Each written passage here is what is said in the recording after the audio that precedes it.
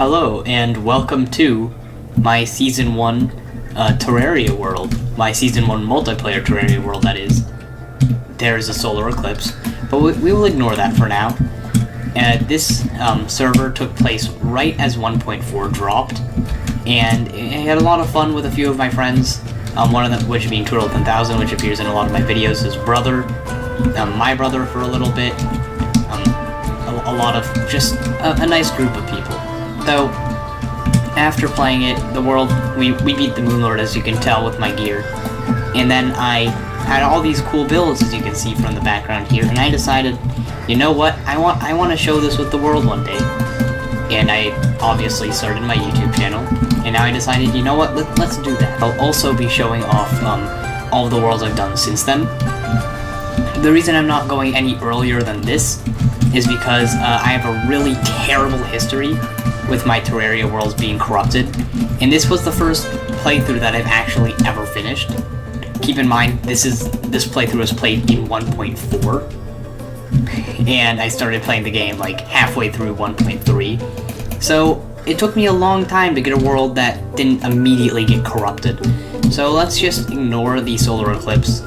Let me put this random chainsaw that I picked up away, and let's get to showing the world. So first, we're starting at my base at the ocean. One thing is, in these multiplayer servers, I try to have like a cohesive story throughout my bases. I think that's a really cool idea to do cross playthrough. And first, we start with the SSO, or the Sulphurous Seas Organization, where it's kind of like your standard like random government facility.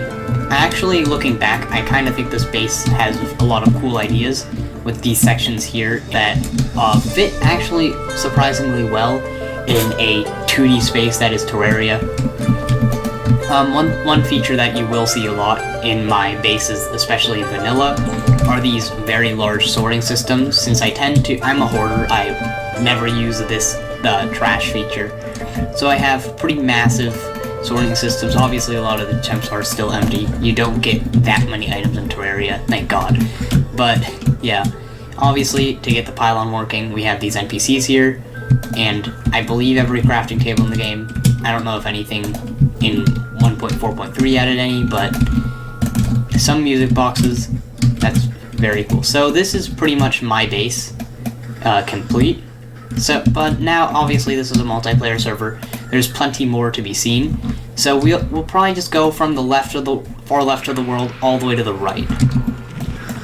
So first of all, I have this one thing that I entirely forgot about, and I just remembered while opening the map. Is I actually did a little bit of geometry-straight line. It's a complete joke with the celestial starboard. But let's see if I can straight fly properly through this gap. If there wasn't a meteor head, I would have done that successfully. And then there's a nice little 3 spike, so let's jump over that. Okay, we did it. Very cool. So now let's go to the next thing on the left side of the world. So we have arrived at my friend Turtle10,000's base. He opted for living in the dungeon for whatever reason. Odd choice by him. This base does look alright though. We have this dark section here, going into this blue area where he does the storage. He, for some reason, I don't know if he still does this, I don't think so, but he, for some reason, placed his chests as, like, he got items to put in there. So, as far as I'm aware, all of these chests are full with items, when obviously there's a bunch of gap spaces. I personally don't like it, but obviously it does save resources in building the chests. Keep in mind, chests in Terraria in large quantities are stupidly expensive on the iron front. 2 iron per chest, kind of ridiculous. Yeah, he has a few crafting stations. He also he was planning on having, this was played on expert mode. This is actually my first expert mode playthrough. Before this, I was a wimp and only did classic mode.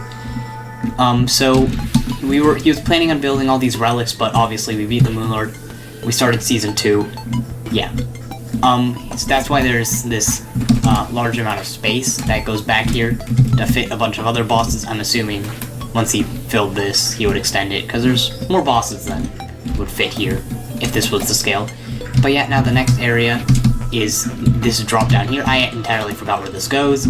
It goes nowhere, good to know. Okay, now this secondary drop here, I believe this is for fishing. That would make sense.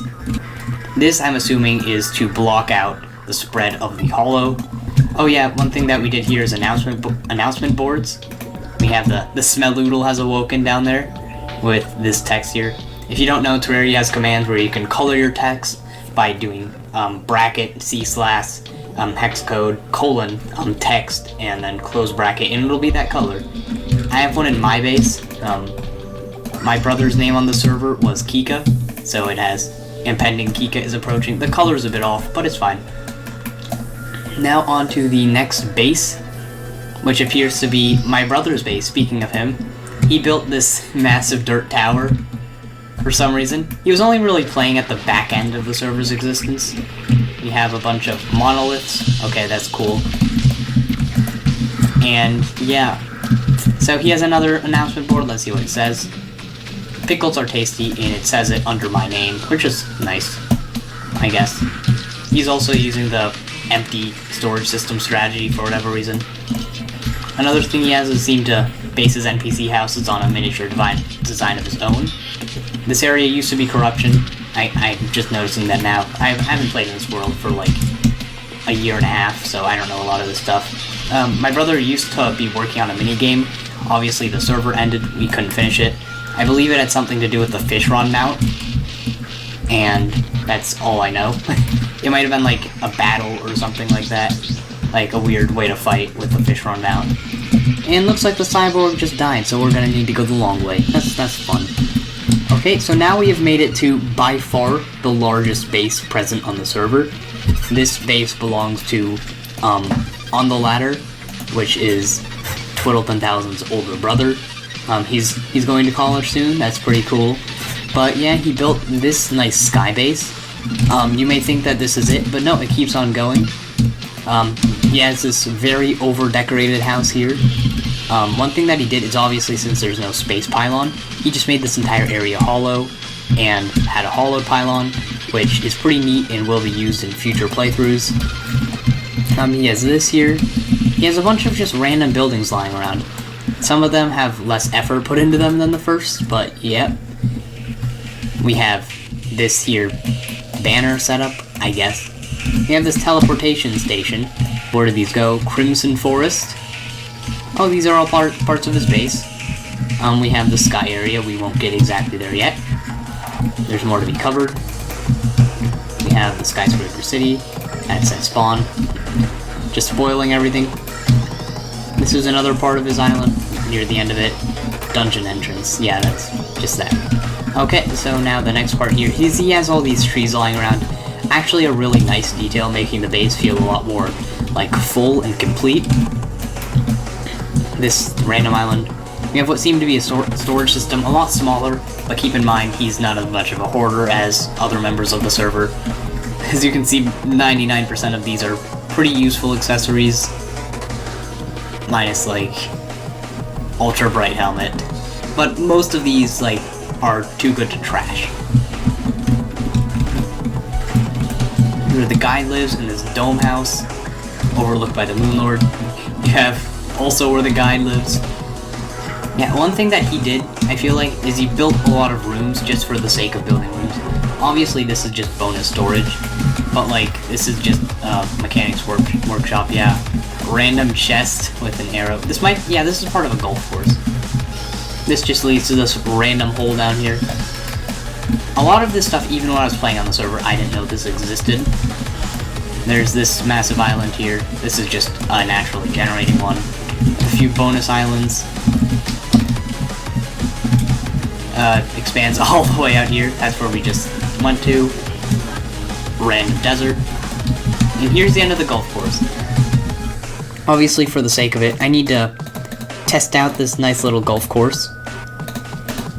This is obviously a world download, so I probably won't care to put these back. Oh yeah, I got the Terra Prisma. Very hard to do when you're post-Moon Lord on a multiplayer server.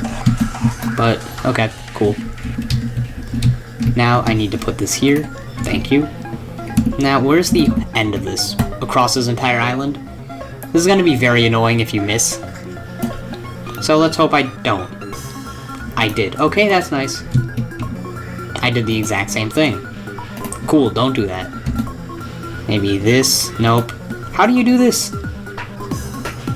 Okay, this time we made it somewhere that works. So now I'm probably going to want to chip this up out of this ditch here. Would help if I wasn't being constantly bombarded by wyverns. This can go right up there. Or down in the water, that's fine as well. I cannot get this ball out of here. Okay, I believe this is going to be the end of my golfing adventure on this world.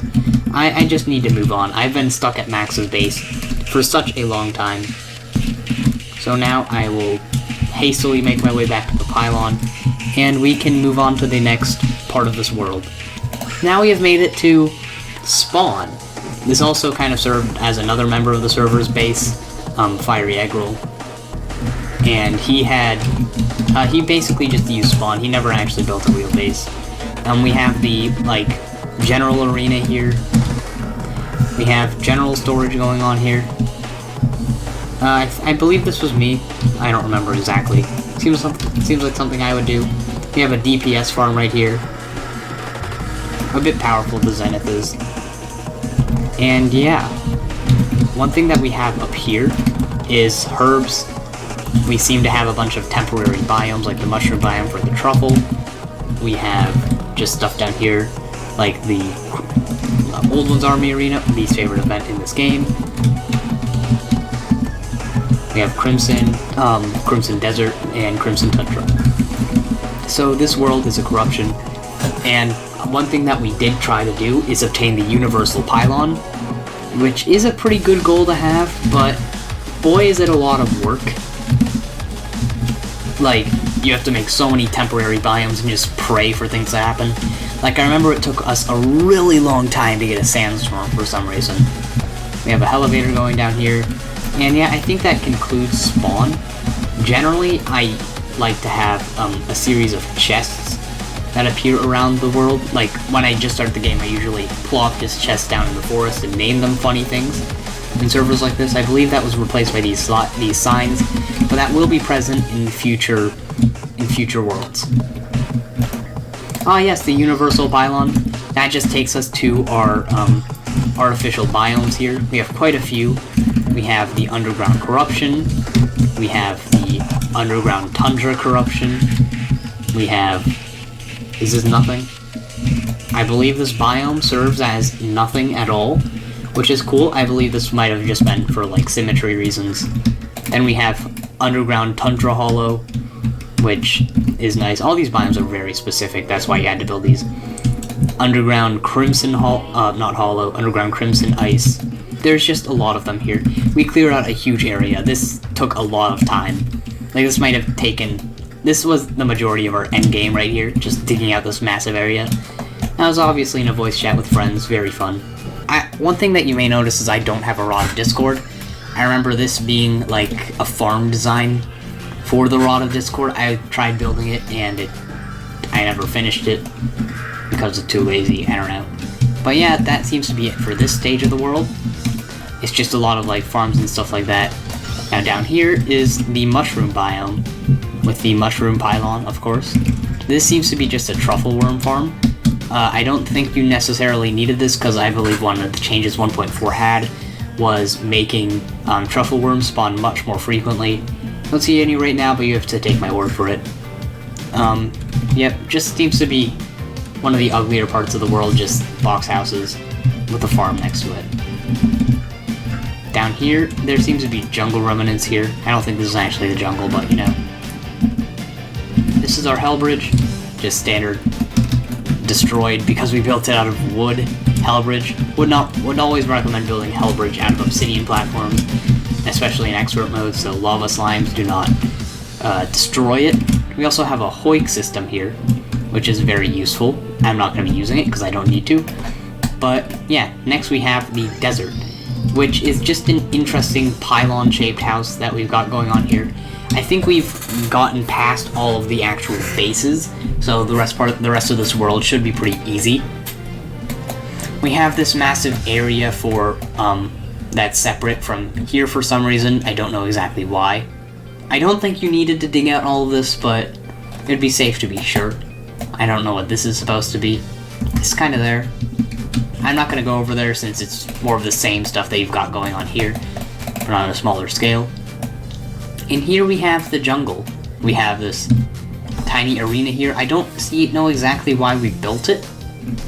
Maybe for like Queen Bee or something? That's a very odd thing to have here, because most of the fights in the jungle occur underground. So there's a teleporter here.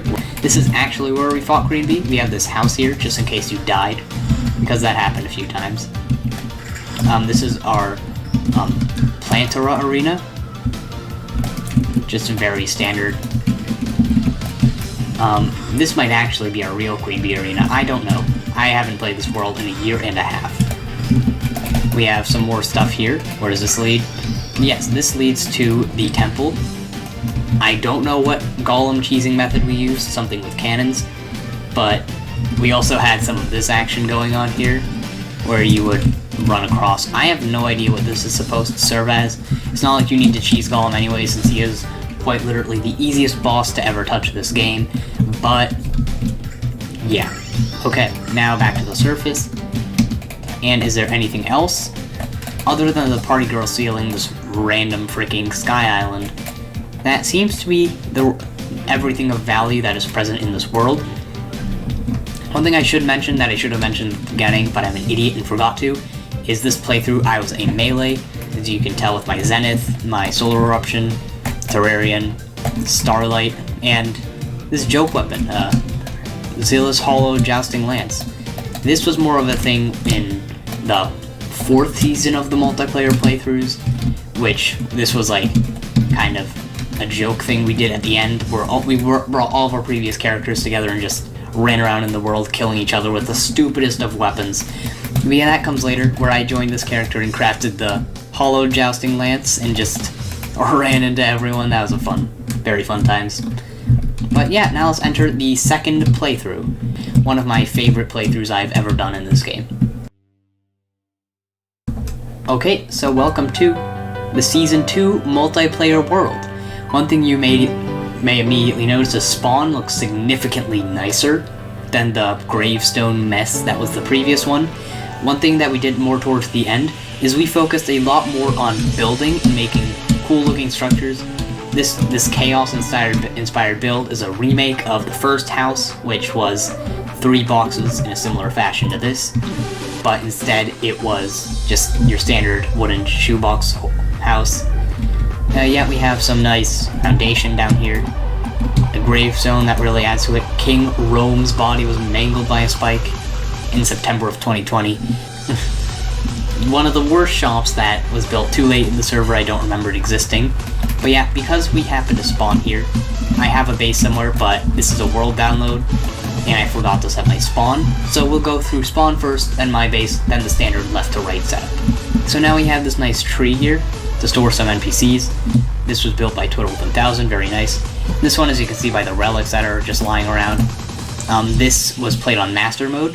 One thing that we did try to do is, whenever we killed the boss, we tried to put the relic in exactly where we killed it, which seems like a really cool and unique idea, but it was kind of annoying how, like, since later game, bosses would spawn all the time, and you just had, every time you killed one, you just had to go through the effort of placing a random relic.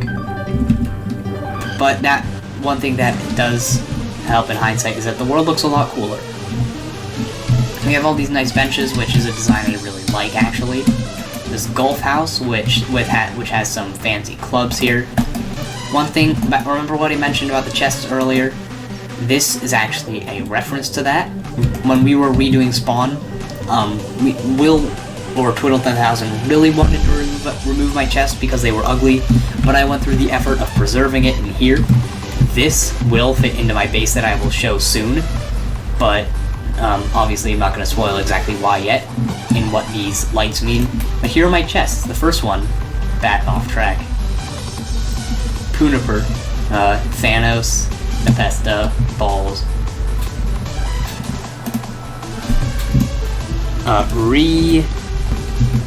Tartarus, Party Girl Bathwater, Club Step, and PP.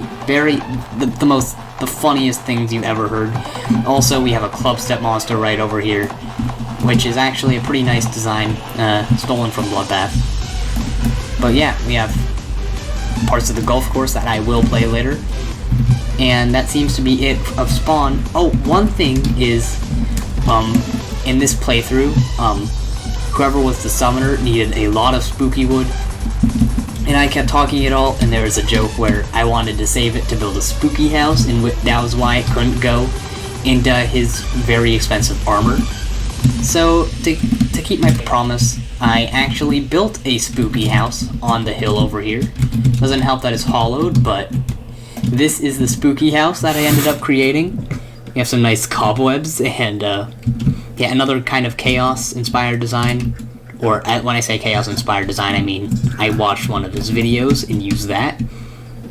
Also, it's part of a golf course, which is interesting. This is the one world where we did build a massive golf course, which is nice. And I will have to play it. It might not all go into the video.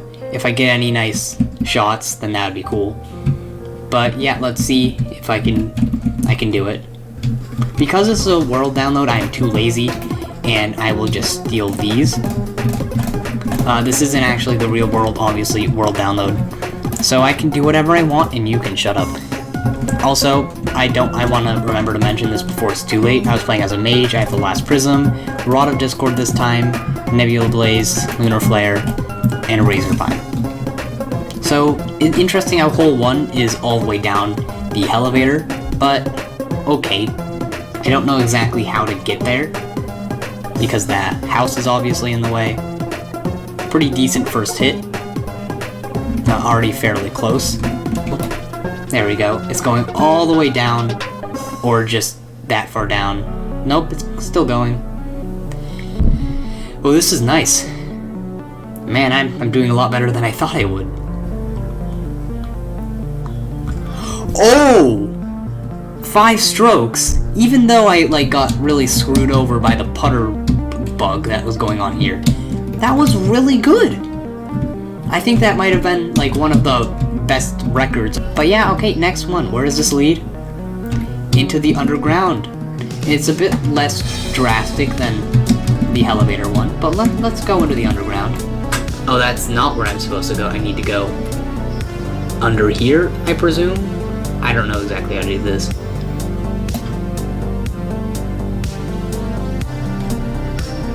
That was definitely a bit nicer. We only went to here, but this is good enough.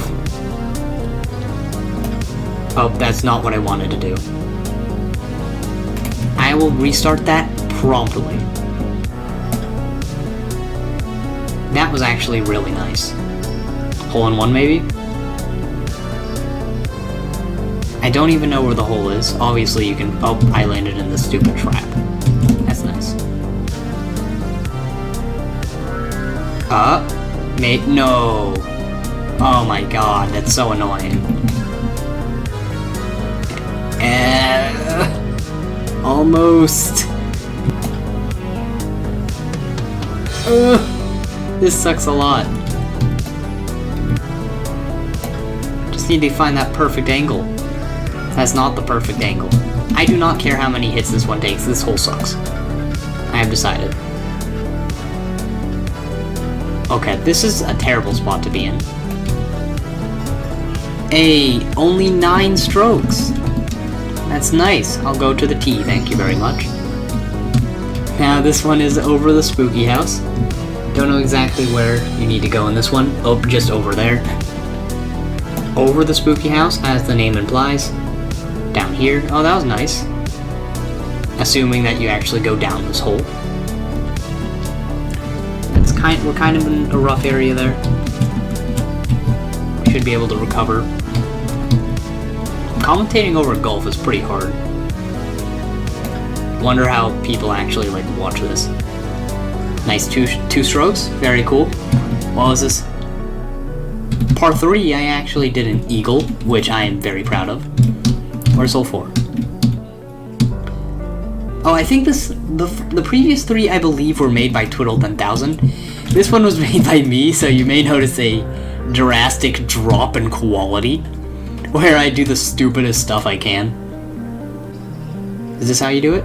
Nope, that's not how you do it. I remember you have to make it in between these arrows. These arrows don't direct you anywhere. They're just there to make your life torture. Oh, I see. You can go through that hole. Like that hole that's over there. You can finagle your way through there. Just like that. Yeah, I believe that's the hole done. If I remember correctly. You go up this conveyor. Which is very odd. Like, it's very finicky the way this works. And there we go. I did it in one stroke.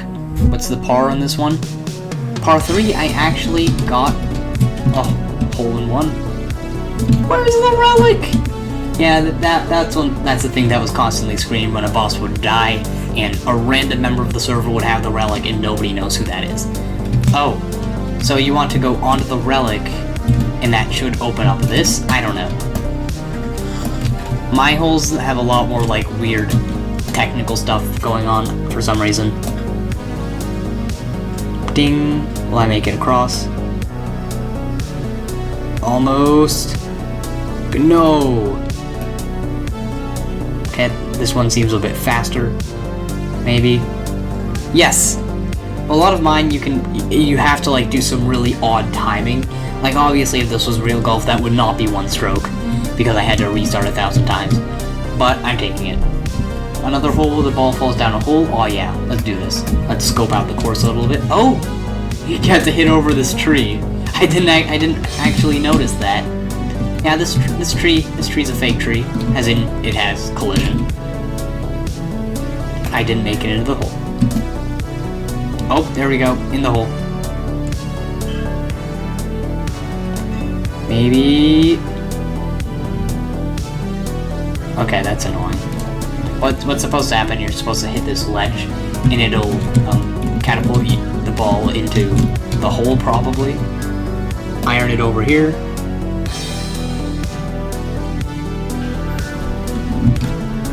Did I miss the hole? I believe I missed it. Yeah, I just missed it. What? Yeah, it's right there. Hold up. I need to restart this one again. That's sad. Up here. And directly down the hole. Yep, there we go. Perfect. We're not going... We didn't get a hole in one, but I don't need that. A lot of this world is just playing golf. I've done very little touring so far. This should be the last world where we did make a golf course, though. Also, this is one of the largest worlds. That's hole 7. Oh, guessing! I believe this one was made by Smelly Banana, which is my brother. I think I may have decorated it, though. This seems to align a lot with what my style is. Okay, I'm just gonna go systematically in each and every hole. Is this the right one? No. Okay, so that one was the correct one. Nice. I believe the course does continue. Hole 8. If Will can use my spooking house for a hole, then surely I can use his entire base. Okay, so I guess the next thing we're doing is not touring my base, but we will be touring Will's, because I decided to make a hole using his base. Oh yeah, so he has these arrows, which I believe are necessary for the hole. I need to find where the actual hole... Oh, it's down here. So I need this. Assuming this is the level... That's not the lever that I'm supposed to use. Where is... I believe the lever might actually be at the T. That would make sense. I've been slain by a vulture. Ah, yes. Very good. That was a bit better. Like, I can continue shooting from that and be fine. And voila. Just like that. Was that the final hole? Is that it? Did I win? Okay, I can't seem to find any more signs. So let the tour continue. First, obviously, I'll be touring my base. And then I will begin touring everyone else's. Actually, on second thought, there seems to be more to the golf course. I don't exactly know what this is supposed to be. This is probably just testing stuff out. There doesn't seem to be a hole on this one, so I believe that's it. And here this, I believe, is just a driving range. How far can I shoot it? All the way to the end. Not into the hole, but I don't care. I made it far enough. Now time to travel to my base. Okay, so now we've made it to my base where this video truly should have started. This is my space-themed base. Very cool. This was a lot of inspiration taken from On the Ladder's base in the previous world. So, of course, we have the Hollowed in the Hollowed Pylon because there's no Space Pylon remnants, but also there's a little bit of originality with the UFO and space-themed thing. This is actually a texture pack of an astronaut because I wanted it to fit with my base. The music might be a little loud, but I don't know. I'll just talk louder. So this is so it can be hollowed. This is for my NPCs. This is for my respawn. This is something new that I did a lot, where I have collected what I believe to be all of the music boxes in the vanilla game.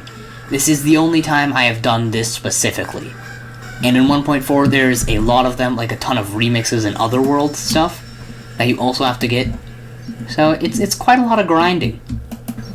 I also have teleporters. I don't know exactly where this leads. Everyone seems to have a teleporter to the Crimson Farm.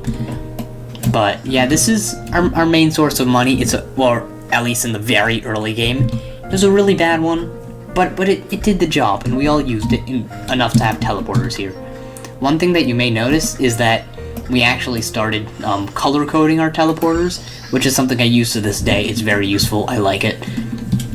And we have back to a massive storage system, very intensive on iron. I know. I've collected, I believe, again to be all of the crafting stations. And yeah, now back to explaining this thing from like 10 minutes ago. This is supposed to be like a ruin of one of the UFOs, crashed into the Earth, and that's where this destroyed lights come from. Now time to go on to the next area that I will be showcasing. This is the Ocean Pylon, a pretty nice build. We have the fish houses down there, we have the dock here, and we also have this mutant toxic coral that we've built here. Okay, very simple. All of this, like this cool stuff, this obviously used to be like wooded box homes. We just got into building more towards the end game, so this was built pretty late in the series, or not series, in the season. Now we have there's not enough villagers near that for some reason. I don't know why I just teleported there because there wasn't enough villagers there. I don't know what's going on. All my NPCs are dying. Okay, this is our surface mushroom biome. Here we have a bunch of mushrooms here with very dark outlines for whatever reason. Sort of mushroom box homes, but we have a mushroom on top, so it's all good and original. So yeah, one thing that you may notice is these builds aren't very impressive, but the mud, it goes, and I don't have any weapons to showcase this, but it goes very deep. You may be wondering, why is the mud so deep? Well, we also took some random project on the server to mine out all of the sand. This used to be a desert. We mined all of the sand. The desert used to continue over here. Let's see if I can showcase some of that. Which is why there is this sudden loss in elevation here. One thing that's cool about removing an entire desert is there's no walls, so it won't look that ugly. It looks different than a normal Terraria world would because it's so like deep and shallow. There's no like trees or anything. And yet that's where the hollow starts, the regular part of the world. Yeah, that was a very interesting project. Again, would be very grindy in single player, but in multiplayer when you're in a call with friends, you don't mind it as much. Next is the ice biome. This time, On the Ladder lived here. It's, in my opinion, a bit less impressive than the first one, because it's not nearly as large. We have a bunch of music boxes down there. One theme that he did keep up is the over-decoration front, where there's a lot of furniture placed for seemingly no reason. It looks good, don't get me wrong, but not something that I do. We have ice cream trophy here. I'm not exactly sure if that's what it is. I believe it is. We have a few houses here. And yeah, that's his base pretty much. I don't exactly know where he kept all of his storage, but he kept it somewhere. This just leads to the underground ice, and this back to the Crimson Farm that I showcased earlier. I'm going to go to the cavern layer, where we have these pretty nice, looks very similar to my Season 1 base for some reason. There's no correlation there. Where, yeah, this is mainly to get to Hell. This, obviously, you've seen this a little bit for the golf course. Have this otherworldly music box going on here. Also, you may notice, here we have a nether portal. And if you go just over here to the surface, I built another portal over here. I even added the cobblestone corners. Yeah, it was a very random, but in hindsight, pretty cool build by me. Next, you saw a little bit of this, but this is Twiddle 10,000 base. In hindsight, this is probably one of the most, if not the most, it is the most impressive base on the server. He built this very large mountain, more of a plateau, but yeah. We did a lot of our events here for some reason, so that's why there's so many relics. Like, keep in mind, like, when we first decided to do this, we didn't know that every single event boss would drop one as well. So it got very crowded very quick. Here we have his music boxes. I'm assuming he was going to store more stuff down here, or he greatly overestimated the amount of music boxes there are. Storage system, a bunch of teleporters. Where do these lead? This leads very similar setup to in the previous world, just a lot of on a smaller scale, because this time we didn't go for the universal pylon because we didn't care. This is the mushroom area. Very similar to the previous one. Here we have the jungle temple and where we fought Golem. This time we didn't do some crazy cheesing method and we just fought it like a normal person. Actually, on hindsight, we did do a little bit of... Is this really cheesing it? I don't know. I don't see what benefit that would provide. But yeah, back to this. So yeah, there is more holes. Oh, I need to finish that then. Atop Mount Stubby, yeah. I overshot that by quite a lot. Oh, close, go, go. Hey, yo. Final one, have fun golfing in the Crimson. There we go, that's better. So I remember this one being all the way down the hole. It's quite a long process watching it tumble all the way across these nooks and crannies that are present in the Crimson. Don't, please, no. Yes. I remember thinking this hole was too easy. Ended up being pretty hard because of these, like, destroyed areas here. But yeah, now we're out. I don't remember where the hole is. Yeah, okay, thank God it is down here. If it was down another, like, finger, that would have been very upsetting.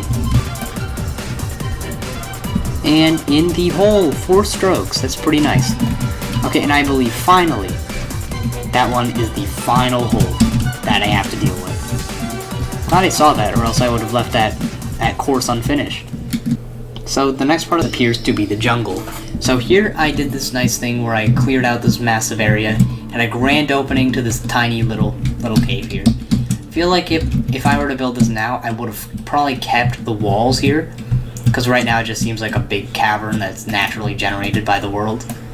And it doesn't seem much like a build, but it took a lot of time, and it was upsetting how it looked kind of crap. But here's the ugly jungle, grinding for jungle armor house that we built. We kept that there just for old time's sake. We had some unpainted bamboo here. That's never going to be fixed. And here is actually another base. This base was built by my younger brother, Smelly Banana. Yeah, it's a nice jungle base, very similar to, if you remember, his old dirt house. He had a very similar, he has a terra toilet this time. He had a very similar kind of structure going on here. He has a fully complete storage system this time with crafting and what's in here? Nothing. Okay. as a safe. That's cool. That's one of the items in this game that I've never really used. I believe these vines were my suggestion, so nice. At this time, Hermitcraft Season 7 was in full swing, and I gave him suggestions to build this jungle-style stuff, because if you watch that series, you will know that a large amount of the hermits built, or a lot of the hermits that I watched at the time built in the jungle. So that was my suggestion to him. Everything just ties back to this base here. Very cool. And that actually concludes this here world. So now on to the next one. Okay, so welcome to my multiplayer Season 3 base. In my opinion, this looks significantly nicer than the previous two bases that I had built. So, we have my gear here, my Eye of Cthulhu relic. Very nice. Okay, so in all seriousness, this is probably the worst playthrough, like the one that failed the most. So as you can see with my gear, it is a significant downgrade to my previous gear. This is bad. Like, this is like barely, almost pre-bossy. So, you might be wondering, why did this playthrough fail? But yeah, multiple reasons to why this failed. One, we decided, you know what, let's do an anarchy playthrough. Because some players, like, on the ladder, found the server to be getting bored. Some of the members, like, Fiery Eggroll, which was present in Season 1, quit, like, in Season 2. So, we decided to make it more interesting and do something that had never been done before. So, we decided to attempt an anarchy playthrough, which didn't work because, obviously, we're not strangers on the internet. We are pretty much a tight-knit group of friends. And friends don't do terrible things to each other, like grief bases and steal from another, but we all cowered in fear of other people doing the same. So we all have these crappy holes in the ground where we keep all our stuff, and we just never escalated from that point. And the next reason is we did, so the first playthrough we did expert mode, the second one we did master mode, and this time there was obviously no like official difficulty step up, so what we did was we decided to try for the worthy. It seems like a really good challenge, something that I like now that I'm more skilled at the game and am like just more devoted to and like understand the determination required to complete the challenge. Now I feel like it would be a fun thing to try on my own or in a multiplayer playthrough. But at the time we were not up to the challenge, and as you can see by our gear, we were not able to defeat the Brain of Cthulhu. Many attempts went into the Brain of Cthulhu. Another reason the server pretty much failed was actually because of something that has brought a lot of happiness to my life recently, which is my YouTube channel, yeah. So if you look at the dates that my YouTube channel was active, you'll see a bunch of my really old 7th grade crappy videos from like 4 years ago. And you'll also see my more recent prized free version of Power Director content that you're watching right now. But in that dead space, in the 4 years that I wasn't uploading, I wanted, you know what, I've thought this many a time, I should start my YouTube channel. One time recently, it was like end of 2021, it was successful, but end of 2020, it was not, where I decided that my voice was too precious to share with the internet, and I tried using text on the screen. Which, props to YouTubers like Wanda Sparking and Adam Chromie, but that is a pain to edit. Editing 2 minutes took multiple days. It still does now, but I'm more devoted and I'm cooler. I don't know. But it was such a pain. And I was trying to turn this into a series. And obviously, it's hard to record in between, like, while editing a video. Obviously, I know now that you can just pre-record and edit 5 hours of footage later, which is what I'm currently doing with Quest for Perfection Episode 11. yeah, that's why it's taking so long to come out, and why I'm doing dumb stuff like this instead. But yeah, that basically was a major roadblock in finishing the playthrough. So that's why I'm stuck in this dark hole in the Crimson Biome. So yeah, what else is there in this world to show for our progress? We have, ignore this, we have this terrible spawn. This is generally what spawn looks like before we remake it in hard mode. But we have this, like, these random houses. If we go just this way, you will see that we have plenty of houses over here. Obviously, since it's Anarchy, another feature of Anarchy servers is that they just downgrade the quality of the players. Like, they do everything hurried, like they're gonna get stuff taken from them. But we just never took stuff from each other. Here we have this universal NPC house that was made out of dirt for whatever reason. In other playthroughs, we generally build out of wood because we're not savages. But this time we decided to be savage for whatever reason. And I paid the price for having a terrible looking world to show for it. Other than this kind of... Actually, this part of the world looks alright. Other than this, yeah, it's fine. There's one more thing in the world. I don't know if I'm going to be able to show it because it's pretty far down, deep into the world. Actually, that's pretty easy to get to. So yeah, we have this very similar looking box underground here. This was a shared base between me and Total 10,000 before the Alliance broke up. The real reason we built boxes underground is that our main idea was that if we mine this, it'll be impossible to see us, and we would be pretty well hidden.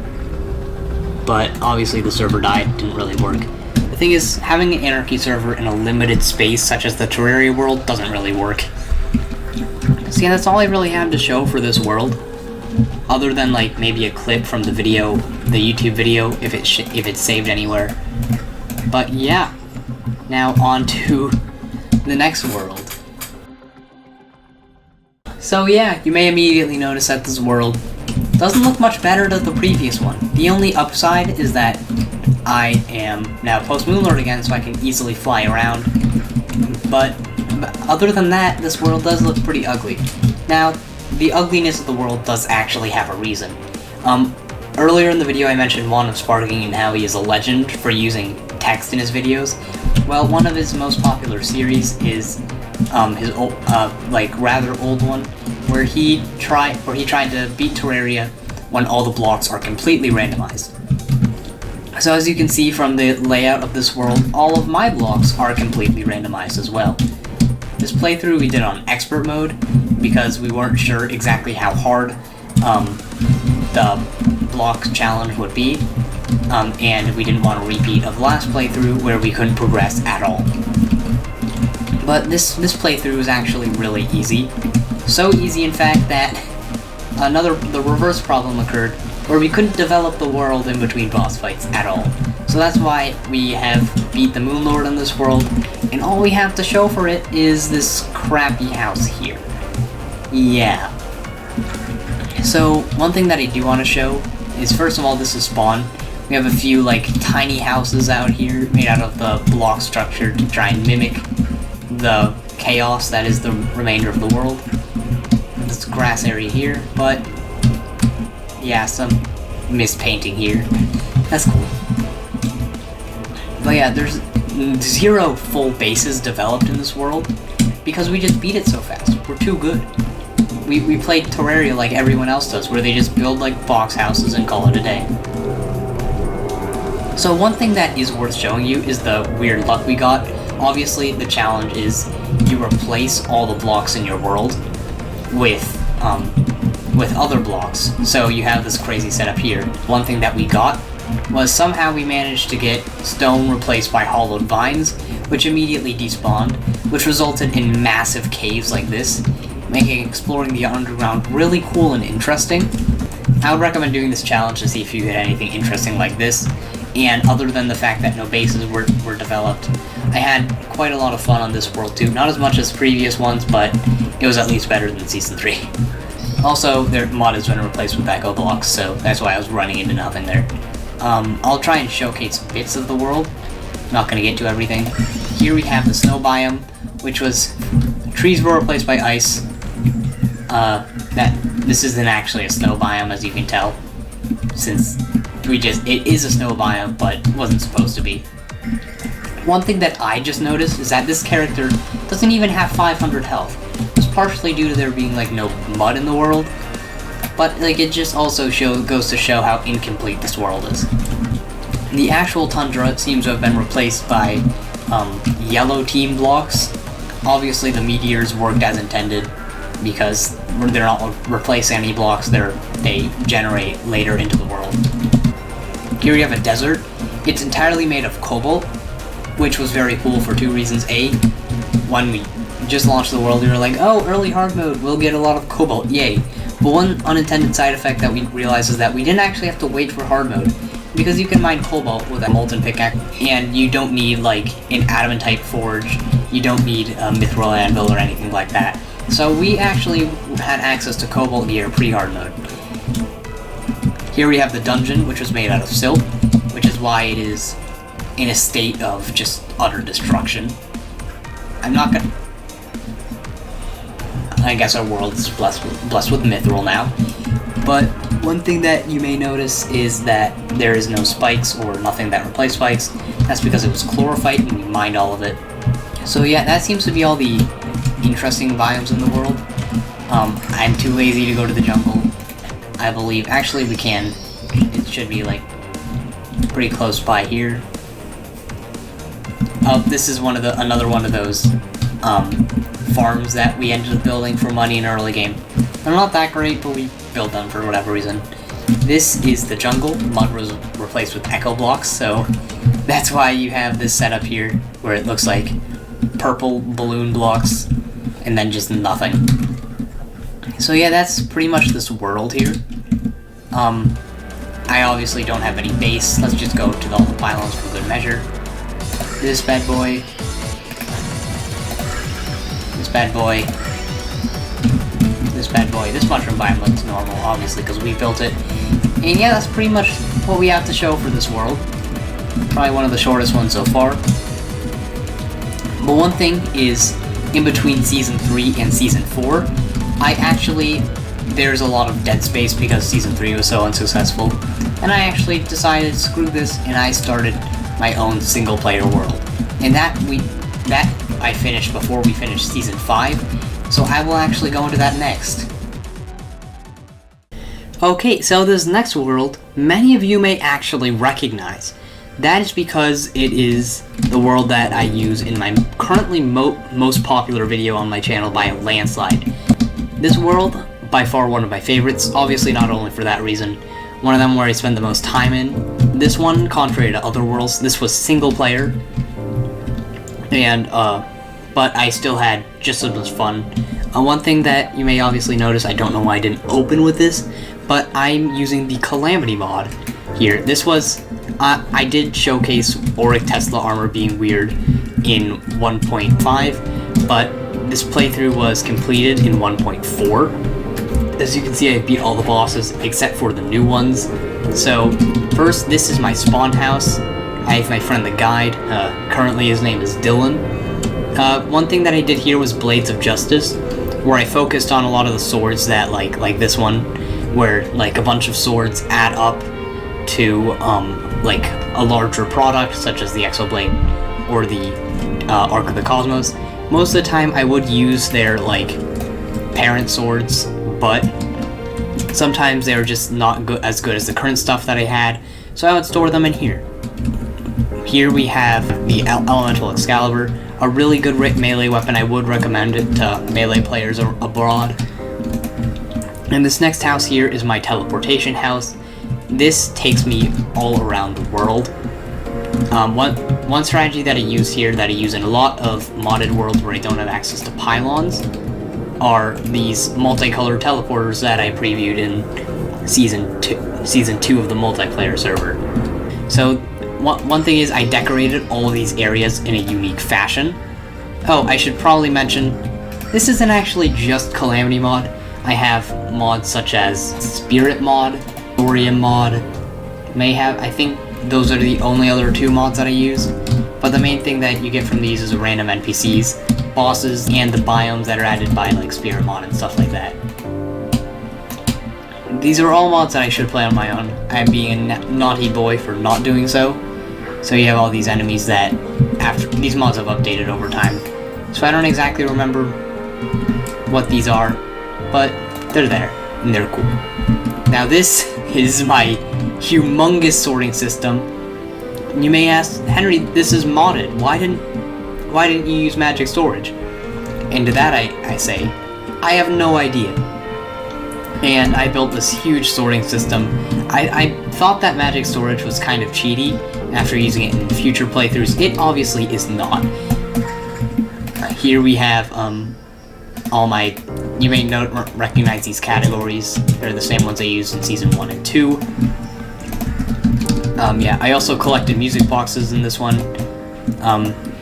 One thing I did is organize them by biome. I only really collected the boss ones for whatever reason, but if I preview some of my stuff here, like I'll have all the underground music boxes here. Another thing I did is I like had sub-teleporters that went like to other areas. Obviously each one doesn't have their own house, and stuff like that. So I'll quickly showcase each of these areas here. I actually really like this one. This one, you can probably guess where I got my inspiration for this one. You can probably guess where I got the inspiration for this one too. This house seems to be a lot more purple than the spooky house. The spooky house used obsidian and spooky wood, which I built this in early pre-hard mode, which I didn't have access to. I don't know, this house looks alright. Jungle. This is probably my least favorite, ignore that.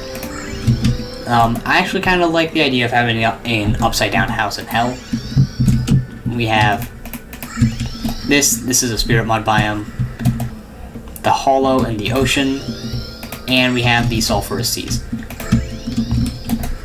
Some of these teleporters were showcased in the previous most popular video on my channel, but yeah. Here we have the mushroom house. I'll just glide past that. Not very important. Here's where I store all my NPCs. Obviously this world has Supreme Calamitous, so I played it in 1.5. But yeah. And that's pretty much this world. The only other thing that I really need to showcase is like the size of a lot of arenas and stuff. So if I go to space, and then over here, this is my main arena. It extends pretty far out, like all the way out to here. Did I build it too far? Yeah. Was it worth it? No. But yeah, okay. We also have a fairly decent sized Plantera arena, I believe. Might have been another world I'm thinking of, but I can't. Oh yeah, I don't have auto open doors. That was a mod I should have gotten. Yeah, this Plantera arena, this is the one that was pretty big.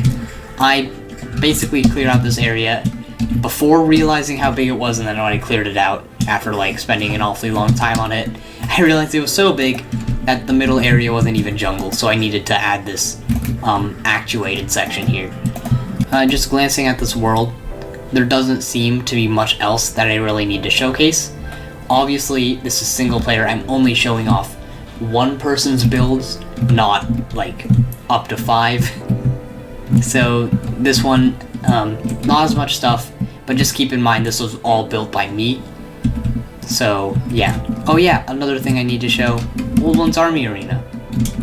Not the most impressive build, but the reason I'm showing this off is because this is when I really developed my hatred for the Old One's Army. If you would ask me what is my least favorite event in all of Terraria, I will say the Old One's Army.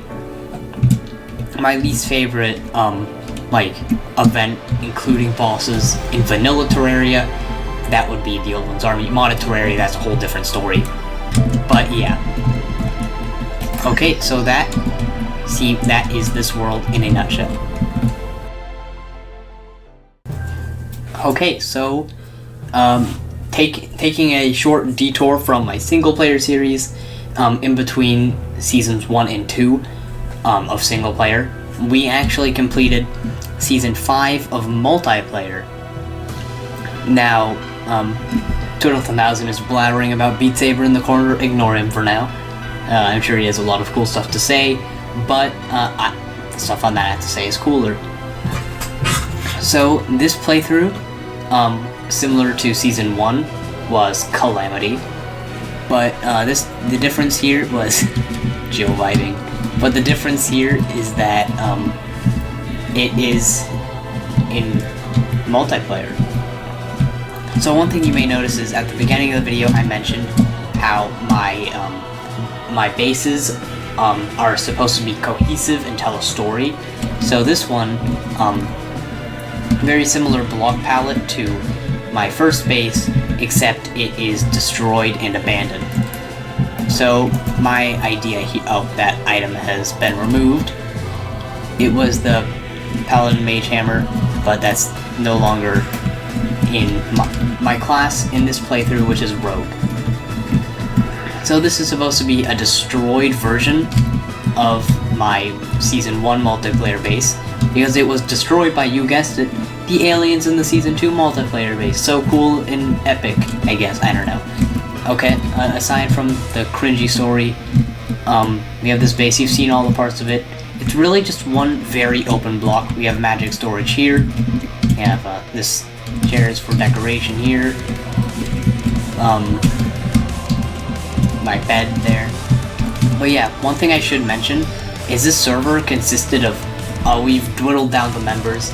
This really happened last time, where Smelly Banana didn't really play on it much, and the only members left were me, Twiddle1000, and On the Ladder, who, and in this playthrough, one thing, similar to the last playthrough, we progressed very fast.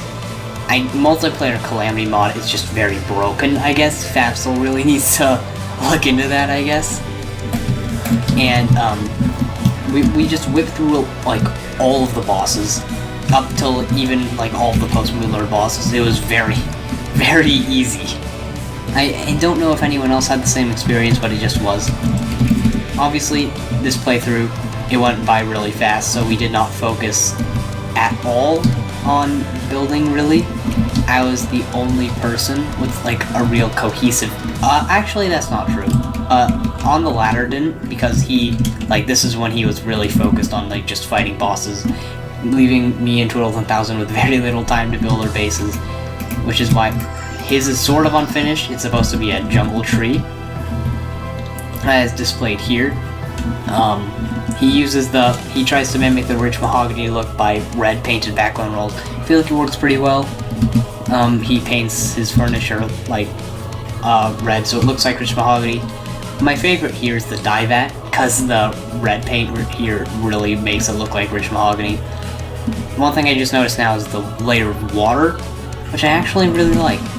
This is actually a pretty nice build that he's got going on here. Magic storage. The build is a little too big for what's actually stored in it, but it's fine. And that's pretty much his base in a nutshell. His base is probably the best one on this server. My base, just for reference, we were fighting bosses so fast. So my base, the time I really found that I had enough time to build it was post Yeren. So the reason it looks so crap is because I build it in between Yeren and Supreme Calamitous. Yeah, okay.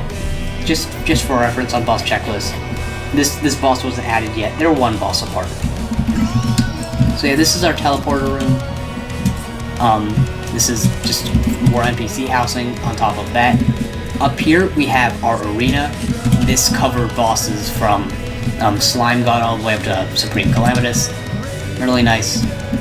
Somebody's magic storage here. This is on the ladders, I believe. We have this teleporter to the Sunken Seas.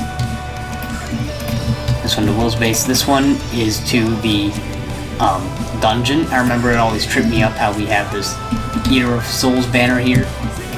When this takes... it's a corruption now, but it's just the dungeon. Oh. Thank God it crashed a little bit there. Okay, we could have had to deal with the Celestial Lens there, but it's fine. Okay, this takes us to the left side of the ocean, and this takes us to the right, also known as my base. And other than just arenas that look very similar to like arenas in previous worlds, that's all I really have to show for this here world. Not a lot. Okay, now we have to head to the next one. I had to turn my volume way down for this one, but this is my single-player Season 2 series, where you can probably tell, but this uses Fargo's Soul mod. What I tried to do for my base here was, oh, by the way, I am a magic class, because I have the Guardian, which is pretty powerful, if I do say so myself. What I tried to do with this here base is theme it based on the Pillar event. At the same time, Twirl 10,000 was doing a Fargo playthrough. He still hasn't finished it. This is a call out for him to finish it. He was building his base based on the seasonal moon events, the Frost and Pumpkin Moon. So I decided that a cool idea that I would use would be the Pillar event. So it starts with here where the mutant statue spawns. If you played the mod, you'd know that it starts with a statue of the mutant or Fargo or whatever, giving you the item that summons Eternity Mode, which I used. And here is the first one, which is the Nebula Pillar, because obviously I am a mage. I have these cherry blossom-esque trees, this pinkish waterfall area. Next we move on to the Vortex area with these more deadish trees, Vortex stuff. I use Mithril ore here. This was for my teleporter setup.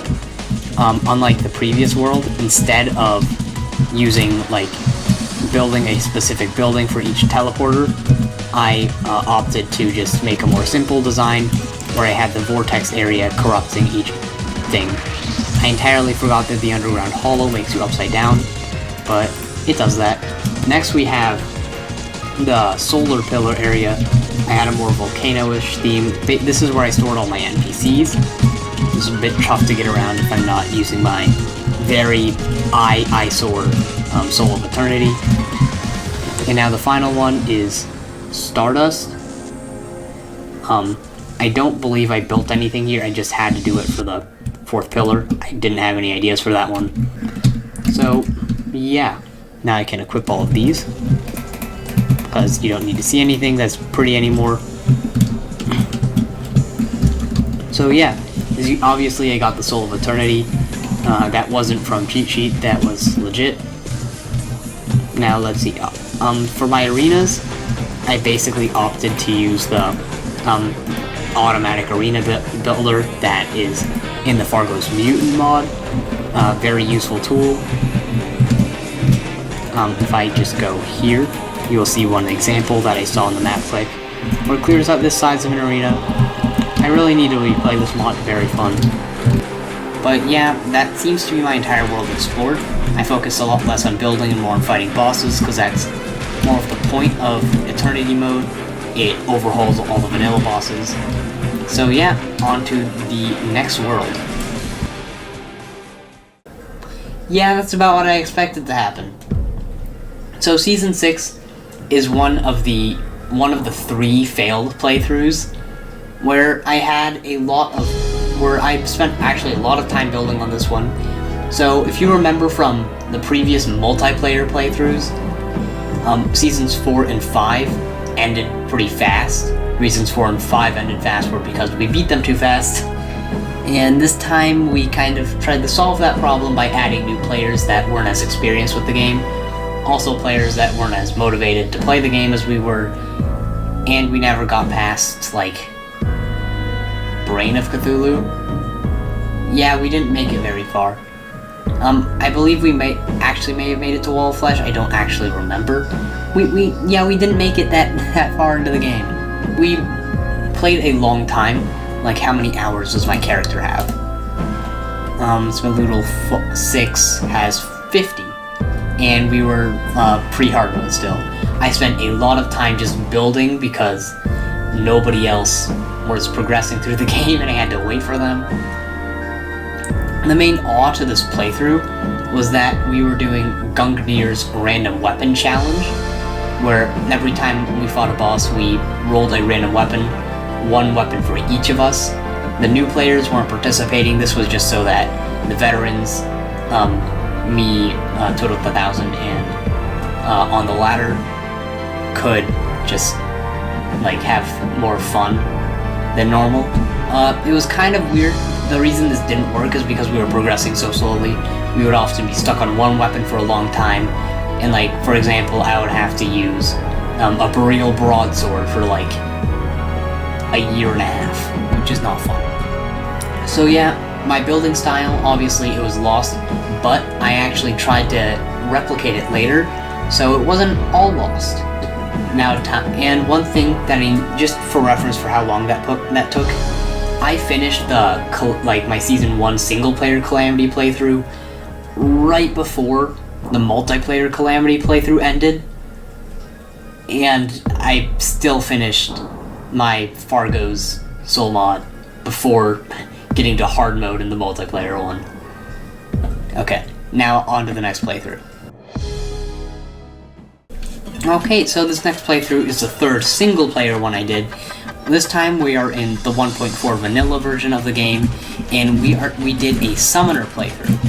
So in this playthrough, my building style was very similar to the first one I did in my Season 1 single-player server in the Calamity mod, where I had sort of basic structures depending on the biome, which worked a bit better due to the pylon system. I have the similar massive chest system. Obviously, there's no magic storage mod available to me, and I have all the crafting stations. And this time, it was master mode, so I gathered a lot of the relics. I did all the bosses, including Deerclops. I played this in 1.4.2, but I came back and did Deerclops with appropriate gear, of course, when 1.4.3 came out. This is actually my most recent completed 1.4 playthrough. I plan to do one for single player Season 6, which is starting soon, which is part of the reason I'm making this video, but I haven't finished that yet, obviously, so this is my most recent one. I haven't done all the events because I don't care about events because they suck, and yeah, this is basically the forest area. We have this arena over here. That's where I spent a long time killing the Empress of Light. Quick story with that. So I spent so long on Nighttime Empress of Light, and it was probably one of the hardest bosses I fought in the game. Obviously Exomex took a lot longer than that, you'll see later. But the Empress of Light took maybe a good 20 attempts. It was pretty bad. Killing it was a struggle, and then after I killed it once, sigh of relief, I get to the really hard part, which is no hitting it in the daytime. I equipped the soaring insignia, used the kaleidoscope, and I killed it within 3 attempts. It was so painfully easy. Yeah. Probably because I spent so long perfecting it at nighttime, and because I had stuff like the soaring insignia to make my life a lot easier. It was pretty odd. Okay, now we will go to the mushroom biome, and this is so I could get to the dungeon easier. This time I did not mine out an entire desert, and the build here is inspired by the bases built in Subnautica. I was basing it off the fact that the underground mushroom biome in that game has one of these outpost bases in them, so I thought it would be fitting to put one there. I also have this thing that looks like an arena, but it was really a farm. You may notice that I don't have a cell phone in multiplayer seasons 2, and that's about it. Maybe 5. And single player seasons 1 and 2, I actually got a cell phone, but this one I didn't, because it's vanilla and you can't just craft stuff. But I will not lie, I did put in a lot of effort into trying to get it. Also, stuff like the Ink Shield, which I still have equipped, where I had a really hard time getting stuff to the point where I needed to make a farm for it. So it's very simple. I just cleared out this large area for mobs to spawn in, so you can tell it seems to be working alright. But yeah, this is why there's this massive, like, poltergeist level farm here. So next you have the desert here. This is actually my second desert pylon build that I did. This one is a pyramid. There's this cutoff here because I needed a lot of sand for builds, so I just mined it out here. Yeah, pretty simple build going on here, right next to a 1.4 Oasis. Next we have the Tundra, where I use igloos, very original and cool. I quite like this underground design here that connects here. Not something you see often with igloo builds, because that's not how igloos necessarily work.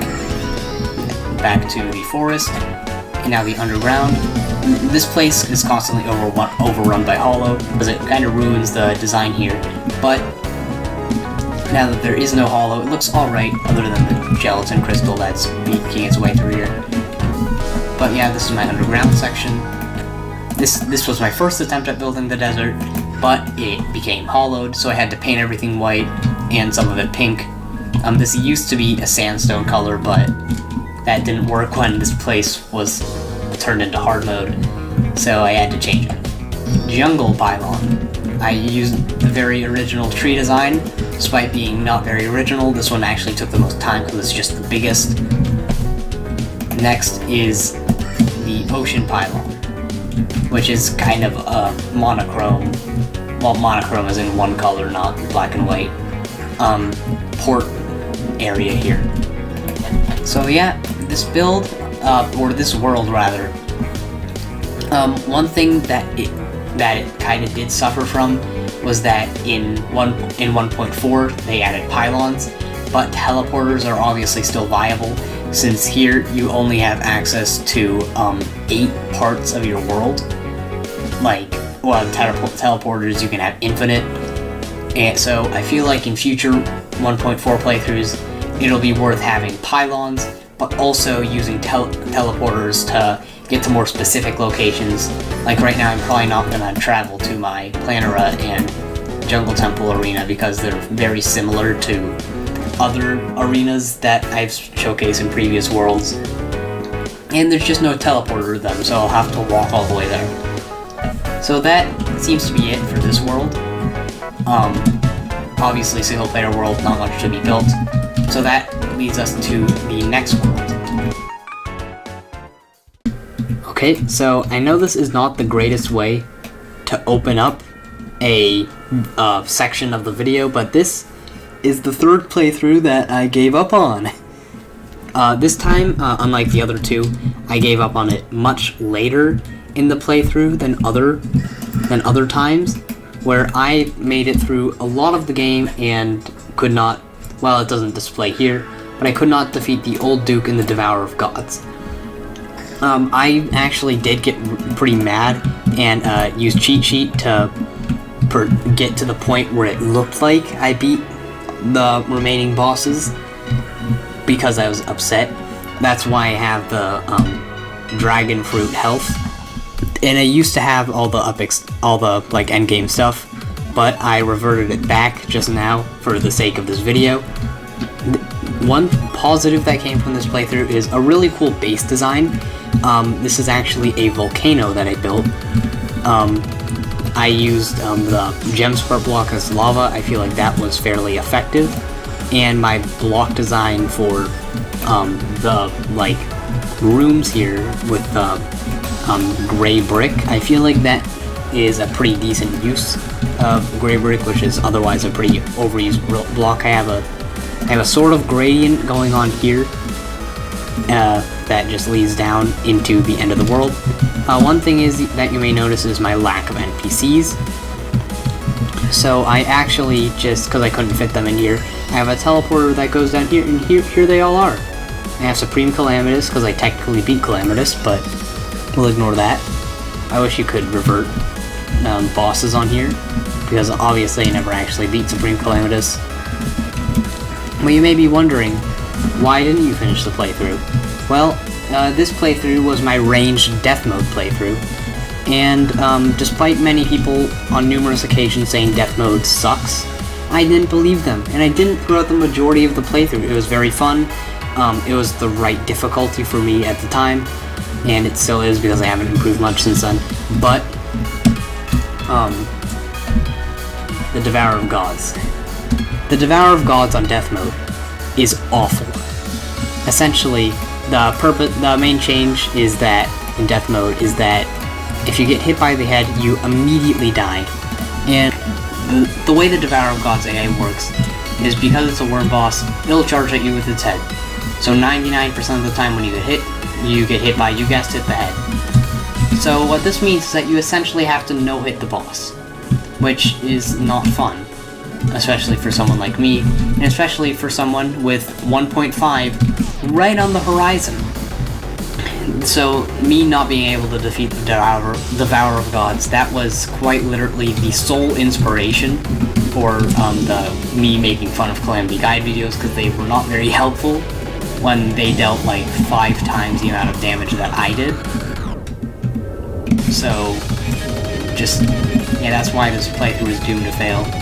I do have some pretty cool builds though. Obviously you have the volcano. You also have my mushroom biome. These mushrooms are supposed to be, these giant mushrooms are supposed to be painted orange, but they're not because they grew in and I'm too lazy. But the ground is orange. This is supposed to be like runoff from the volcano, that looks orange. That's why it's not blue. But yeah. We have the same teleporter system here, which is color-coded. This time it's just organized a bit differently because of the different room size. Similar to my Fargo's playthrough, I didn't build specific rooms, I just made the areas around the teleporters charred. So yeah, that's that. And I also collected all of the music boxes. I'm going to destroy these ones, so I technically never got them. So yeah, there we go. That's that. I believe that should be this world. The entire tour done for this world here.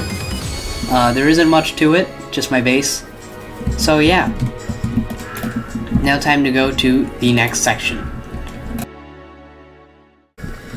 Okay, so this is my most recent completed playthrough. This one was completed in 1.5, and I did it with using the Mage class, which is a pretty consistent and fun class, I have to say. With this world, remember how the Season 6 multiplayer world did not work, or it got corrupted? Well, I took that building style and tried to port it into this world, and what would make sense with what I have in the context of the playthrough. So the Season 6 world, the storyline and how that connects to my base, is that the SSO, the same organization that made the Sulphurous Seas one in the Season 1 multiplayer playthrough, to retaliate to the aliens that attacked their base. They built this new sort of base that had the same block palette to this, and it tried to fight back the aliens. It captured one of their ships, stole their technology. It had all these cool motifs to it. And yeah, unfortunately the world got corrupted, so I tried my best to try and redeem the builds in that world by building similar stuff here. And this fits because obviously it's the Drayden update where they add all this technological know-how like Drayden. So yeah, this is my base here. I have a very vertical NPC setup. It's hard to get to everyone usually, but it looks cool. That's all that really matters. Again, the same teleportation system. This time I successfully managed to collect every Calamity boss music box. The only one that was kind of cheaty a little bit was Acceptance. That was because in previous versions of the mod, after you got Supreme Calamitous to 1% health, she would just kind of sit there until you killed her, and you can record the music as much as you want. But in 1.5 she doesn't do that, and she disappears after 5 seconds, which is not enough time for the 10 minutes it usually takes for a music box to record. So if I didn't go into another world and grab it, it's pretty much unobtainable. So yeah, here we have a new addition to my base, which is the Drayden Power Cell Generator. This is so I can need an absurd amount of power cells so I can like decode schematics and stuff. Now, this base I did build sort of a unique structure for each one. They all have the same block palette, but they're fairly unique, more unique than the previous 2 single-player playthroughs. So other stuff that I tried doing in this world that was different than the previous 2 is that I tried to use a lot less, like, quality, well, when I say quality, a lot less quality of life mods, that really just means not using, like, the mutant to buy boss summons and stuff, because that's a little cheaty. It's not really useful when Calamity 1.5 adds the greatest feature ever, which is non-consumable boss summons, including, like, vanilla bosses and stuff. But I also tried to make almost everything in my world look really good. So I have this Old One's Army arena that kind of has this like lightsaber-esque effect here, where this floating structure emits this massive beam, and then it just goes into normal platforms because I'm not gonna build all that. That's a lot of work and you can't like fall through it. In here, in order to fight the hive mind, this boss is Crimson, so I had to make a temporary corruption. So instead of just making a flat line, I made this huge dome. Ignore the fact that it's hollow. And then here is the mushroom base, and yeah, so those took a really long time, but it's worth it because now my world looks more complete and more worth showing off for videos like this. That design is also carried over to the Yaren arena, where right now it's off, but we have the same saber effect going on there to block ourselves from hitting the Infernados. One thing I noticed is that I haven't actually finished exploring Hell. That's irrelevant. One thing is though, I remember I mentioned it earlier in the video, my most popular video, that this boss was impossible. I only died to it 32 times, and the only reason I died so much to it was because of a bug where when you died it wouldn't despawn, so in order to make it fair and not like cheesing it, I would have to just accept my fate and die to it. But you know what boss really is impossible? The Exomex. As you can see by the significantly larger number, 146 deaths. It's such a hard boss. One of the reasons I think it's so hard, or specifically for me, is because of the fact that generally when you fight this boss, or when you're no-hitting it in mouse mode or something crazy like that, you're gonna clear out your entire world, which is from where my mouse is right now all the way up to here. That's a lot of space. But as someone who worked really hard on these buildings, I only had this much space, and it took me like a long time to realize, hey, these planetoids suck. I just need to destroy them despite them being a crucial part of my world. So I destroyed them, and then I was able to beat the boss a little bit after that. Also, they're just a lot harder than other bosses. Other than maybe the mutant, I'm not sure if the mutant's harder or not. I don't think it is because it's a lot easier to learn. I believe the Exomex are the hardest boss I have fought in all of modded Terraria. Correct me if I'm wrong, but I'm right.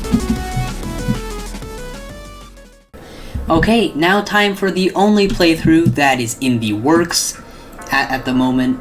I haven't started my next single player playthrough yet. And also the one that you might also recognize, it is the multiplayer Season 7 world.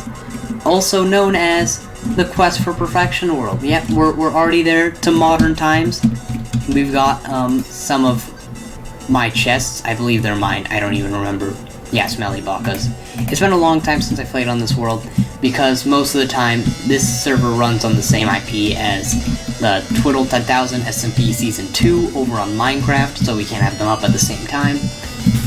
And yeah, so this is the world that I use in Quest for Perfection. Very cool. I've already shown a lot of it on that video. Also, since it's in the works, there's not a lot to be shown. Obviously, this time I'm doing melee so I can get the Zenith, trying to go for all achievements, because that's the point of the Quest for Perfection series that we all know and love. So there's my things, tools of the Smelly Baka. One thing that did unfortunately happen is when I was recording episode 2, just because we were playing on the world and I didn't want to like wait to play with my friends. So I recorded episode 2, but how in between me recording that and the modern day, there was this storage crisis that I had to deal with, and eventually all the footage of that was deleted. So I'll use the end of this video to kind of bridge between this and the next Quest for Perfection Terraria episode, because a lot of progress was made, not too much that you're like missing out, but a noticeable amount of progress was made that I don't have any footage of me doing. So I have Platinum Armor and Hermes Boots, which took up a bit of time, wasn't too hard, but I did that. Also, there's this part of the video that I thought was pretty funny, where Smelly Banana tries to jump towards me, and he ends up dying a very, very terrible death. So I built a shrine for him. I actually forgot, it's been a while, so I've forgotten what it looks like at this point. Yep, this is my shrine. Henry, how did he survive that? Ah, okay, very cool, very nice. But, that is that. And there's one more thing that I focused a lot on in the part of the second episode that got cut out, which was the fact that we were trying to focus a lot more on economy stuff, kind of like Hermitcraft, TerraCorp. We were building shops. The currency we were using is Mana Stars, because we tried not to copy TerraCorp, we really did, but we couldn't think of any currency that worked better than that. It was the most like gradual currency that you couldn't farm. It's fine if you copy them if their idea is the only one that works, I guess. So what I built was a shop. It's the Starter Shack. It sells completely random stuff at the moment. This is another shop that I believe Turtle 10,000 built this. It's like a weapon shop. Very cool. There's not a lot of cohesion. Seems more like a gear shop. But like it seems similar to mine. Maybe a competing business, you know. Here is Sir Jonathan's shop. That's one of the new members. New as of Season 6, that is. Tip Top Tiara. She's building a shop. It's not complete yet. But yeah, other than that, that is pretty much this world. So yeah, that also pretty much wraps up this video. It took a lot longer to record than I thought. It's taken about like 2.5 hours, which will be a lot of editing, especially since I'm talking almost the entire time. A lot of that was golfing in multiplayer Season 2, but yeah, I'm really proud of most of these worlds, with some exceptions, but even the exceptions have a nice spot in my heart, where, yeah. So, if you enjoyed this video, exist and be happy with yourself, I don't know. Quest for Perfection 11 is coming out at some point. It's just a lot of stuff that I need to edit. So, yeah, see you when that happens. Okay, goodbye.